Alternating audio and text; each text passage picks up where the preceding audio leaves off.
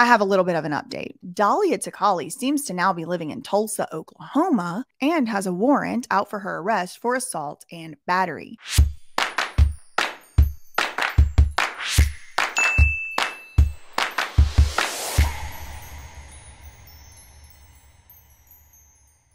Hello, everybody. Good morning. How are you doing on this fine Tuesday? Is the day I'm recording this. I don't know when I will put it out, but I am doing quite well. I do want to make a little bit of an announcement that me and Jake have been working on something Britney Spears related. Y'all have not let it go. Y'all have not let up on us. You have been on our necks about Britney Spears coverage, and we are listening. We're not going to listen to y'all every time you make these type of demands, but this time we are doing some Britney stuff. So that'll be coming soon. That being said, I do want to give y'all a little bit of an update having to do with the Dahlia and Dia case. Now, Dahlia and Dia Taquali, let me pull up their YouTube channel. If you do not follow BJ Investigates, then you may not be aware of Dahlia and Dia. If you just came along in the past few months, I haven't really been doing too much coverage of Dahlia and Dia, but this is their YouTube channel. They do have 12.2 thousand subscribers, and they used to make videos all the time that were kind of surreal, a little bit horror, a little bit uneasy type of videos, but they were very talented and they had a very high production quality. Now, these two girls are identical twins, and they are allegedly Lima Yevrimovich's sisters. So Lima is allegedly only a year or two older than them, and Lima often talks about these twins as the motivation or the inspiration for her to start in the mental health field at all. Lima, welcome back. Thank you, Mark. So you've become an expert on how to help people. You did such a great job with Amanda. You've also helped some other people. You're trying to help your sisters who are in a similar situation that Amanda was in. Kind of share what information you've learned about how to help people, because I think there's probably a lot of families, friends that would love to help some of the people that are dealing with mental illness and drug addiction. Yeah, I think the biggest factor is being able to spot signs early. My essentially downfall with my family was we weren't really educated in mental health early on, so my sisters had little symptoms here and there, and instead of coming to myself or my mom, or instead of us being able to really see it, they went to a mental health professional and became addicted to the medications that they were prescribed, and they were essentially misdiagnosed. She will tell you, and she will say that she does not have any mental health qualifications as far as being a doctor or a therapist, but she has this personal interest in mental health because of these two girls, and those are her sisters. So the last we spoke about Dahlia and Dia, actually, I'll pull it up on BJ Investigates and tell you exactly when it was. All right, so the last video I did on the twins was on BJ Investigates, and it was this video right here, the Dahlia Taquali story, Where Is She? And that was 4 months ago. It was December 20th, 2022. Whenever this video did premiere. A desperate search is underway for a woman who went missing in West Hollywood. So as you can see from the video, the very, very first clip is a news report from 2021, which was almost exactly a year before I premiered this video. And it was saying that Dahlia Taquali, one of these twins, was missing. And look, they spell her name different sometimes too. See this, how they spelled it? D-A-L-I-A, D-A-L-I-A, Taquali with no U. Pay special attention to how this name is spelled. Dahlia, no H right here, right? D-A-L-I-A, no H. Taquali, T-A-Q-A-L-I, no U. Sometimes there's going to be a U right here, T-A-Q-A-L-I, and that's going to come up in today's video. But look, if you click on this, it says Los Angeles County Sheriff's deputies asked the public for assistance in finding a missing woman from West Hollywood on Monday. They spell her name differently, and this is not the legal way to spell her name, or if it is, then they're spelling it wrong in court filings, but we'll get to that. 5'6", 110 pounds, brown eyes, long hair, black hoodie, green backpack, black purse, blue stud earrings, both ears, missing front tooth, scar on abdominal area, She is developmentally disabled and suffers from dissociative identity disorder. Detectives are seeking her, resident of Los Angeles County. Okay, so this was December 2021, last seen December 26th, 2021 at 5 p.m. on the 11 block of Genesee Avenue in the city of West Hollywood. Her family is concerned for her well-being, and I'm sure that means Lima. In my opinion, any information, contact the Sheriff Homicide Bureau, all that. And so they did find her, apparently. Now, Lima went on Instagram and posted about, so glad my sister was found safe, whatever, whatever.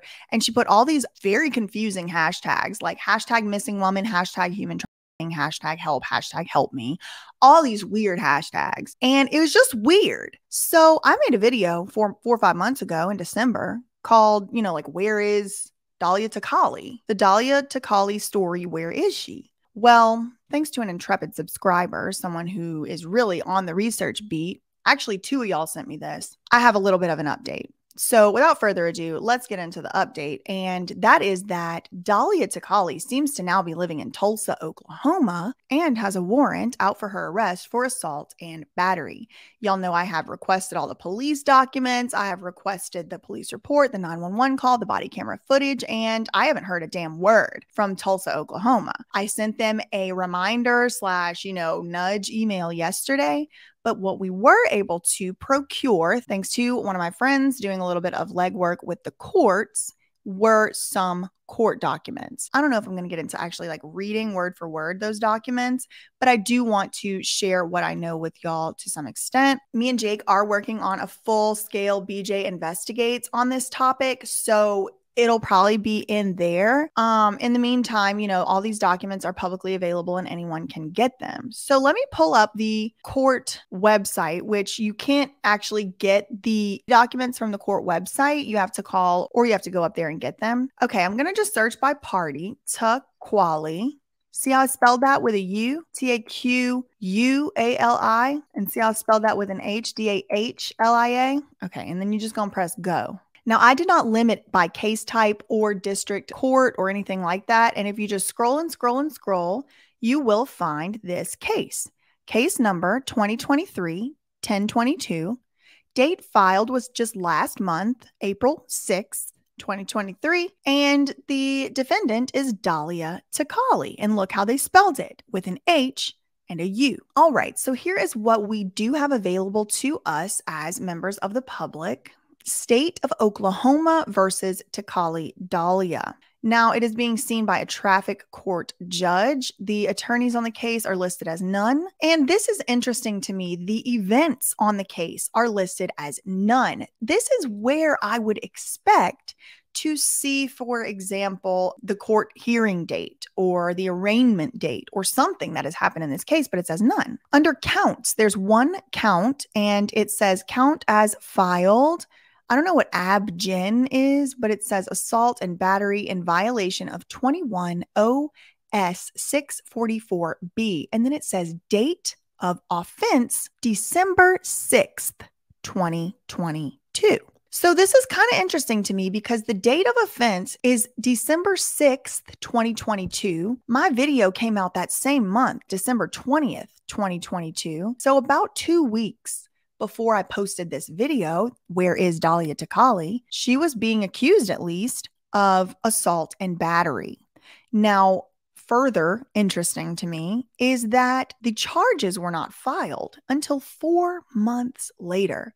December 6th is when the offense allegedly occurred, and then April 6th is whenever there was a criminal misdemeanor initial filing. Now, all of these docket filings did happen on April 6th, which was about a month ago. She was charged with 1 count of assault and battery. A warrant for her arrest was issued by Judge Tanya Wilson. Her bond was set at $200. I don't know what this Oklahoma Court Information System revolving fund is, but she had to, I guess, pay some $25 fee. An affidavit finding probable cause was also filed on this date by the district attorney, and a traffic court judge was assigned to this case, which was Tanya Wilson. Now, these are public records and they are available to the public. I have not had the opportunity to really go through and redact any information that I personally don't feel comfortable sharing. So I'm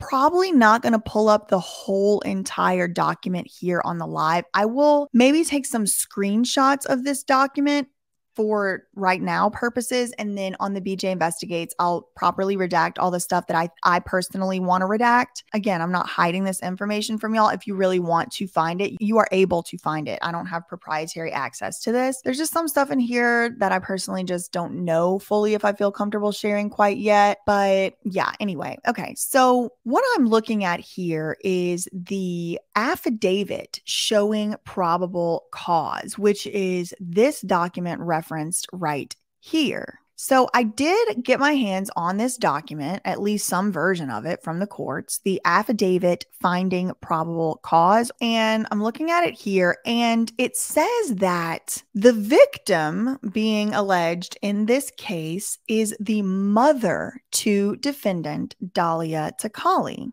The victim stated that on December 6th, 2022, at approximately 2:30 in the morning, the defendant, that's Dahlia, assaulted her mother at, and they give an address. Now, they did give me this address, but I'm probably not going to be putting it out for y'all. The interesting thing here is that they name the mother in this affidavit finding probable cause, and they say that the mother's name is Linda Omar. Now, I have not been able to locate Linda Omar's existence in Tulsa, Oklahoma, but there is an affidavit finding of probable cause that does list Linda Omar as being the mother of Dahlia Taquali. Now, this is just a conspiracy theory, but I cannot help but notice that Omar is an anagram of the name Mora. They have the same letters, O-M-A-R, M-O-R-A, and that is the one last name of Lima's aliases that I have not been able to make any sense of. She used to go by Lima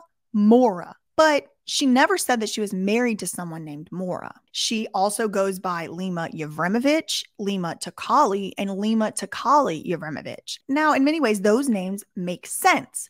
Taquali is the last name of her sisters, Dia or Dima Taquali and Dahlia Taquali. Now, all those names are always spelled different, but they do have the same last name, the twins do, and so Lima Taquali, that would make sense. Lima's husband, or alleged husband, I've never been able to find marriage records, but Lima's husband's last name is Yevremovich, Ivan Yevremovich from Serbia. So makes sense why Lima would go by Yevremovich. What has never made sense to me is why she would go by Mora. She's never explained that either. So my estimation has always been it's one of two things. One, it's a fake name. She just made it up. Two, she married somebody with the last name of Mora and now she got divorced or, whatever, but she doesn't like talking about that marriage or whatever. But it would have been very easy for her to just say, I married a guy with Mora, I got divorced. She never said that. And so it's very interesting to me that Linda Omar is just such a similar name to Lima Mora.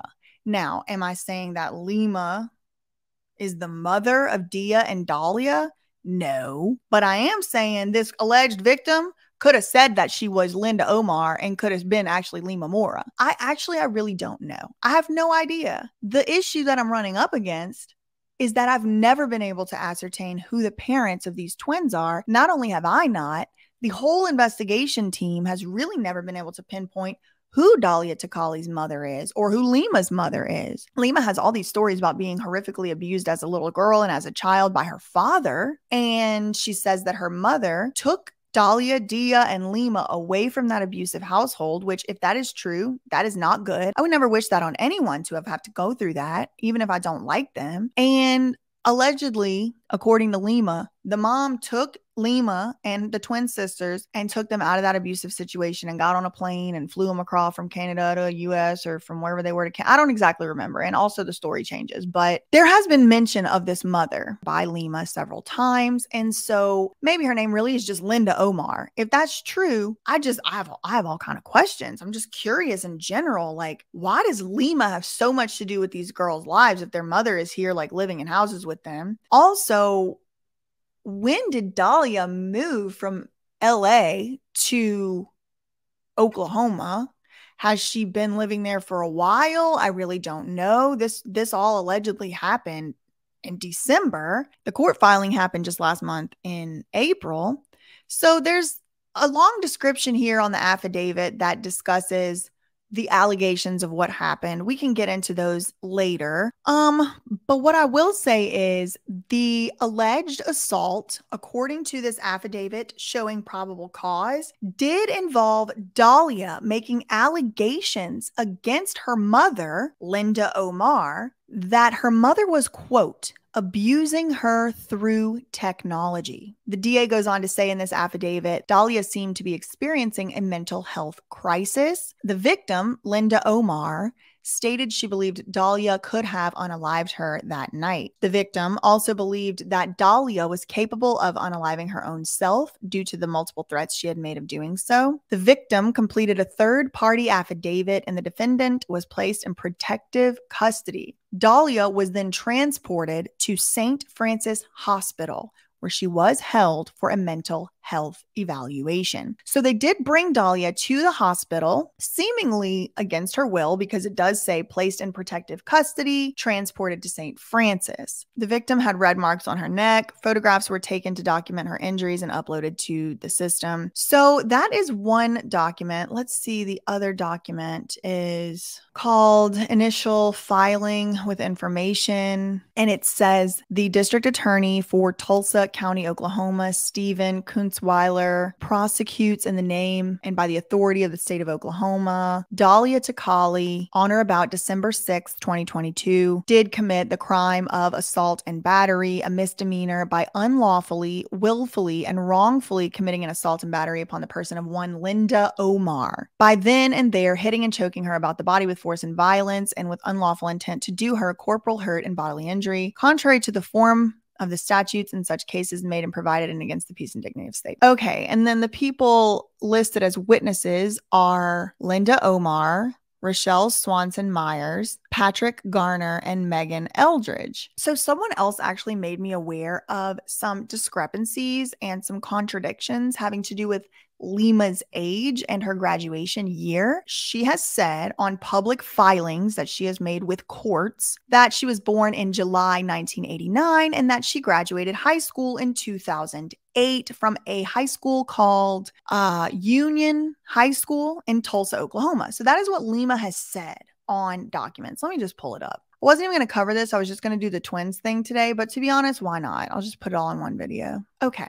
So Lima had to file an application to be Bam's guardian in the state of Florida. She filled this application out in 2021 in September, and it was basically application to be appointed as guardian. Now, on this application, the court does ask you, what are your credentials? Where have you gone to school? Stuff like that. And she didn't even spell Brandon right. I'm gonna have to blur some of this out. Let me show y'all what she put, just so y'all have some. I was gonna do a whole separate video on this. Should I do a separate video on this? Oh, well, I'll just do it. All right, so this is what we're looking at. Look how she spelled her name. Taquali with no U. Taqali. But don't worry, because sometimes she does spell it with a U. And look, date and place of birth. July 20th, 1989, and she does not say where she was born. Okay, so that's interesting. All right, so now I'm going to scroll because this has so much stuff that I know that this is going to try and act like I'm sharing her personal info, even though it's on a public court filing. Okay, so this is on the third page, and it says educational history of applicant, which is Lima, high school, Union High School, Tulsa, Oklahoma. And she says she got a degree, a diploma, and she says she graduated in 2008. Then University of Gulf, Ontario, which is in Canada, a bachelor's degree, which I don't know if she actually earned a bachelor's degree in May 2013. So this seems to add up. I am 32 years old right now. I was born in 1990, so a year after Lima. I graduated in 2008. I graduated college in 2013. So it seems to add up. But let me show y'all this. Remember this whole Tulsa, Oklahoma connection? And also, don't forget, she even said she went to high school at Union High School in Tulsa, Oklahoma. Well, look at this. Now, this also I cannot take full credit for. Actually, somebody from the original investigation squad had found this information, and there was just so much going on at the time that I was unable to put it all together. And then someone else recently brought this to my attention. So this isn't even my finding. Y'all brought this to me, which is another reason why I say y'all go out and try and do your own investigation, because we can put together everything we learn and actually maybe ask some questions that we otherwise wouldn't have been able to ask. Just remember, she said she went to Union High School and graduated in 2008, June 2008. All right. So now we're on a website called brokenarrowhighschool.org, and I'm putting together the puzzle to show I'm not a robot. Okay. Now we're on the class of 2002 at Broken Arrow High School. Well, would you look at this name right here? Lima Taquali. Personal info, graduation year 2002. Well, that's a good 5 years before 2008. And this isn't Union High School. So then I'm like, well, maybe Union High School has a class of 2008 graduation list. So let me go to that. Because, I mean, Lima Taquali is a very, very unique name. But, I don't know. Maybe there's two of them in the Tulsa, Oklahoma area. Like, what are the chances? So then when you go to the Union Senior High class of 2008, there really isn't a lot of activity on this page.